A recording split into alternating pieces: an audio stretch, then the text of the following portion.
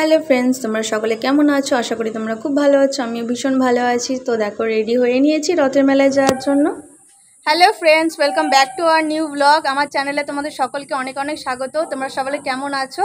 আশা করি তোমরা খুব ভালো আছো। আমিও ভীষণ ভালো আছি। তো দেখো, সবাই চলে এসছে এখানে তোমাদের সাথে ইন্ট্রো দিতে। এখানে রয়েছে আমার মা, এখানে রয়েছে বোন, আর এখানে ছেলে রয়েছে একটু নিচে, এই যে।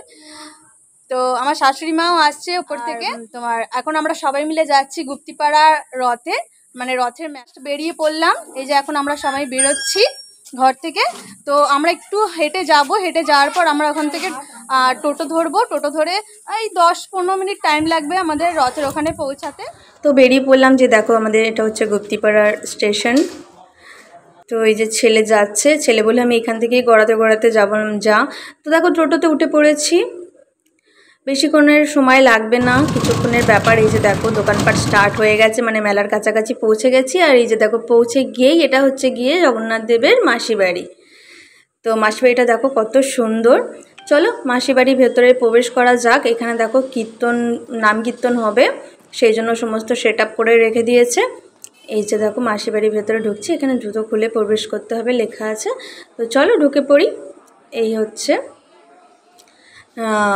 মামাবাড়ি জগন্নাথ দেবের। এই যে গৌর হরি এখানে রয়েছে ছবি। তো এই যে দেখে নাও তোমরা, ফাইনালি জগন্নাথ বলরাম সুভদ্রা, আমাদের গুপ্তিপাড়ার বিখ্যাত যে রথ হয়, সেই রথের মহাপ্রভুরা এখানে বসে আছেন। জগন্নাথ বলরাম সুভদ্রা। এই যে এখানে আমার মা আর ছেলে প্রণাম করছে। আর এই যে মা, আমার শাশুড়ি মা দুজনাই রয়েছে পাশাপাশি। এখানে আমার বোন রয়েছে। তো চলো সবাইকে প্রণাম করে নিলাম। আর কিছুক্ষণ পর দেখলাম ইনি এসেছেন আবার আমাকে সবাইকেই তিলক পরিয়ে দিলেন। তো ভালোই লাগে, কিন্তু আমাদের তো এসব পড়া হয় না, পড়তে কিন্তু ভালোই লাগে। তো চলো আনন্দ সহকারে তিলকটা পরে নিলাম। তোমরা আমাকে দেখে বলো কেমন লাগছে। কোনোদিন এসব পড়ি না, জানি না কেমন লাগছে। তো মায়েরা বলছিল ভালোই লাগছে কিন্তু তোর মুখে। আমি বললাম ছেলেকেও পরিয়ে দাও, ওকেও একটু পরিয়ে দিল।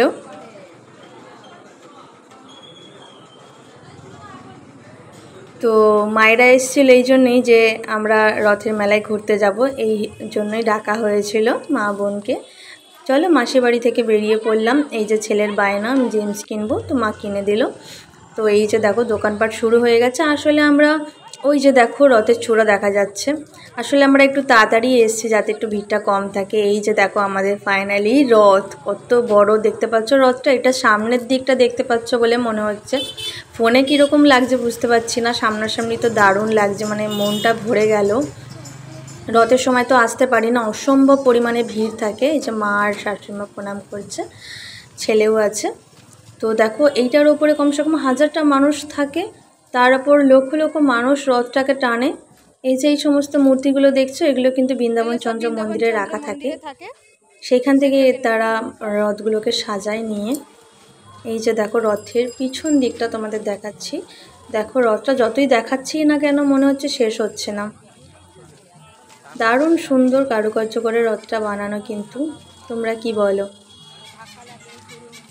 তো গুপ্তিপাড়া সব থেকে বিখ্যাত কিন্তু আমাদের এই গুপ্তিপাড়ার রথ। পুরীর পর আর একটা কোথায় আছে তারপর, যাই হোক 3 নম্বরে। তো দেখো, দোকানপাটগুলো একটু একটু করে খোলা শুরু হয়েছে, কারণ আমরা একটু তাড়াতাড়ি গেছি। আস্তে আস্তে একটু সন্ধ্যের মধ্যে হলে পুরোপুরি দোকান সব যা যা খোলেনি খুলে যাবে। বাচ্চা নিয়ে যেহেতু গেছি, সেহেতু ভাবলাম যে না, একটু ভিড় ফাঁকার মধ্যে দিয়ে একটু ঘুরে আসি। এই যে দেখো, বাঞ্জি জাম্পিং না কি বলে এগুলোকে, মিকি মাউস বলে। তো এই যে দোকানপাটগুলো স্টার্ট হয়ে গেছে এবার। বিভিন্ন রকম কসমেটিক্সের দোকান, এখানে দেখো ঘরের বিভিন্ন রকম আসবাবপত্র, এখানে বাচ্চার সব জিনিসপত্র রয়েছে, এখানে বিভিন্ন রকম ইমিটেশন রয়েছে। এই মেলাটা কিন্তু খোলা আছে একদম তোমার উল্টো রথের পরে পর্যন্ত খোলা থাকবে।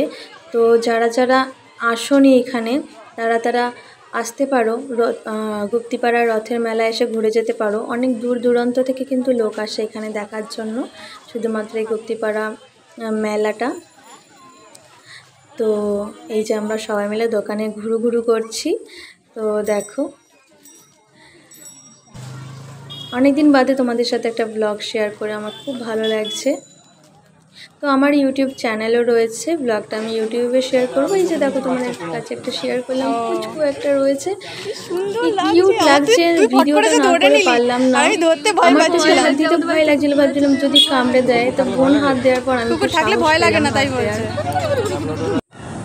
তো দেখো ছেলের বায়না, দোলনায় চাপবে নাকি নাগরদোলনা না গাড়ি কি বলে, যাই হোক, তো সেই তো চাপানো হলো।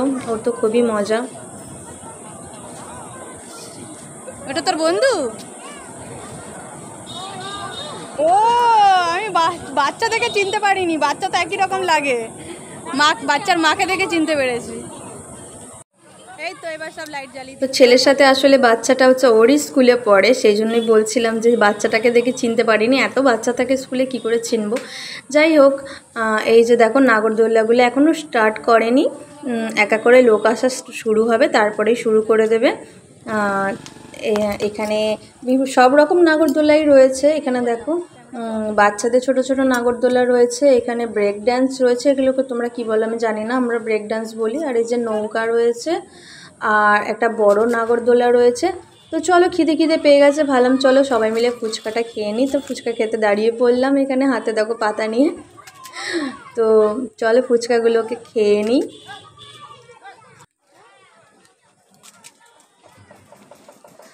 আর দারুণ কিন্তু ফুচকাটা হয়েছিল,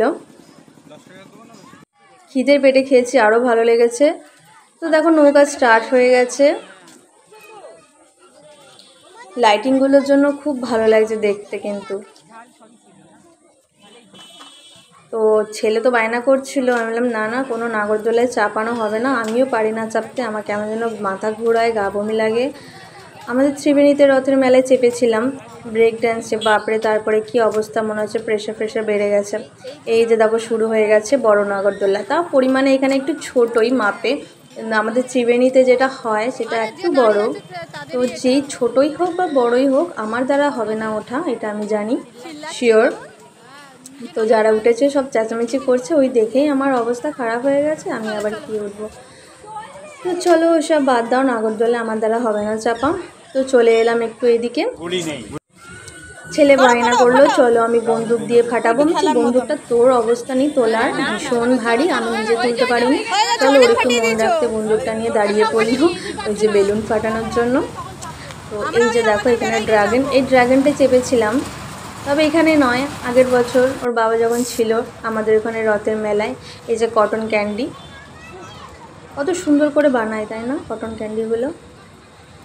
তো ছেলে বায়না করলো কটন ক্যান্ডি খাবো, চলো কিনে দেওয়া হলো, ওর দিদুন কিনে দিল। আর তারপরে আমরা খেতে বসে গেলাম। আমরা চিকেন রোল অর্ডার করেছিলাম, তো চিকেন রোলটাই খাচ্ছি। এই যে দেখো আমরা এখন থেকে খেয়ে দিয়ে বেরিয়ে পড়লাম এবার বাড়ির দিকে যাওয়ার রওনার দিকে। যেতে যেতে দেখলাম যে না কত সুন্দর দেখো লাইটিংগুলো জ্বলছে, আমি বললাম কি এগুলো হ্যাঙ্গিং, এগুলো তোমরা ঘরে রেখে দিতে পারো। তো ছেলে জুস খাবে, তো দাঁড়িয়ে পড়লাম জুস খেতে, ভাবলাম ও খাচ্ছে আমিও খেয়ে নিই। তো আমিও একটা অর্ডার করে নিলাম জুস। এই যে দাদাভাই আবার ওকে চেয়ারে বসিয়ে দিল, ভালো করে জুসটা খা। এই যে আমিও একটা নিয়ে নিলাম সোডা, জানি না কি নাম বললো, যাই হোক খেতে কিন্তু খারাপ ছিল না, ভালোই ছিল। এতটা জার্নি মানে হাঁটাহাঁটির পর বেশ ঠান্ডা ঠান্ডা খেয়ে ভালোই লাগলো। এই দেখো কত রকম কাঁচের ছুরির দোকান, এখন কিন্তু কাঁচের ছুরি চল খুব একটা উঠে গেছে, আমি জানি না, আমি তো করি না। তো চলো ঘরের জন্য ভাবলাম একটু জিলাপি নিয়ে নিই, ঘরে বাবার শ্বশুরমশাই রয়েছে, বাবা রয়েছেন, তো জিলাপি নেওয়া হলো। আর একটু ওই কী বলে এগুলোকে, গজা গজা দেখতে পাচ্ছ এখানে, ওই গজাটা নেওয়া হলো ঘরের জন্য। তো ভাবছিলাম মথুরা কেক নেবো, তারপরে মথুরা কেকটা নেওয়া হলো না। আসলে এই চিকেন রোলটা খেয়ে এতটা পরিমাণেই পেটটা ভরে গেছিলো, সেই জন্য নেওয়া হলো না। এটা তো আমি পরের দিন এডিট করছি। তো জিলেপি কিছুই খাওয়া হয়নি আমাদের, সবই আজকে খাওয়া হবে। তো চলো আবার দেখো মাসির বাড়ির কাছাকাছি পৌঁছে গেছি। মাসির বাড়িটা কিন্তু খুব সুন্দর লাগে দেখতে, ওপরটা কত সুন্দর, সমস্ত রকম রাধাকৃষ্ণের ছবি দিয়ে বিভিন্ন, এই দেখো কত সুন্দর মাটির তৈরি ছাঁচে গড়া জিনিসপত্রগুলো দেখতে কিন্তু খুবই সুন্দর লাগছিল। তো চলো তোমাদের সাথে আবার দেখা হচ্ছে অন্য একটা নতুন ব্লগে। আর এই দাদাটা বসে জিজ্ঞেস করছিল আপনি কি ব্লগ করেন, আমি বললাম হ্যাঁ করি। তো নামটা জিজ্ঞেস করছো চ্যানেলে, টাটা।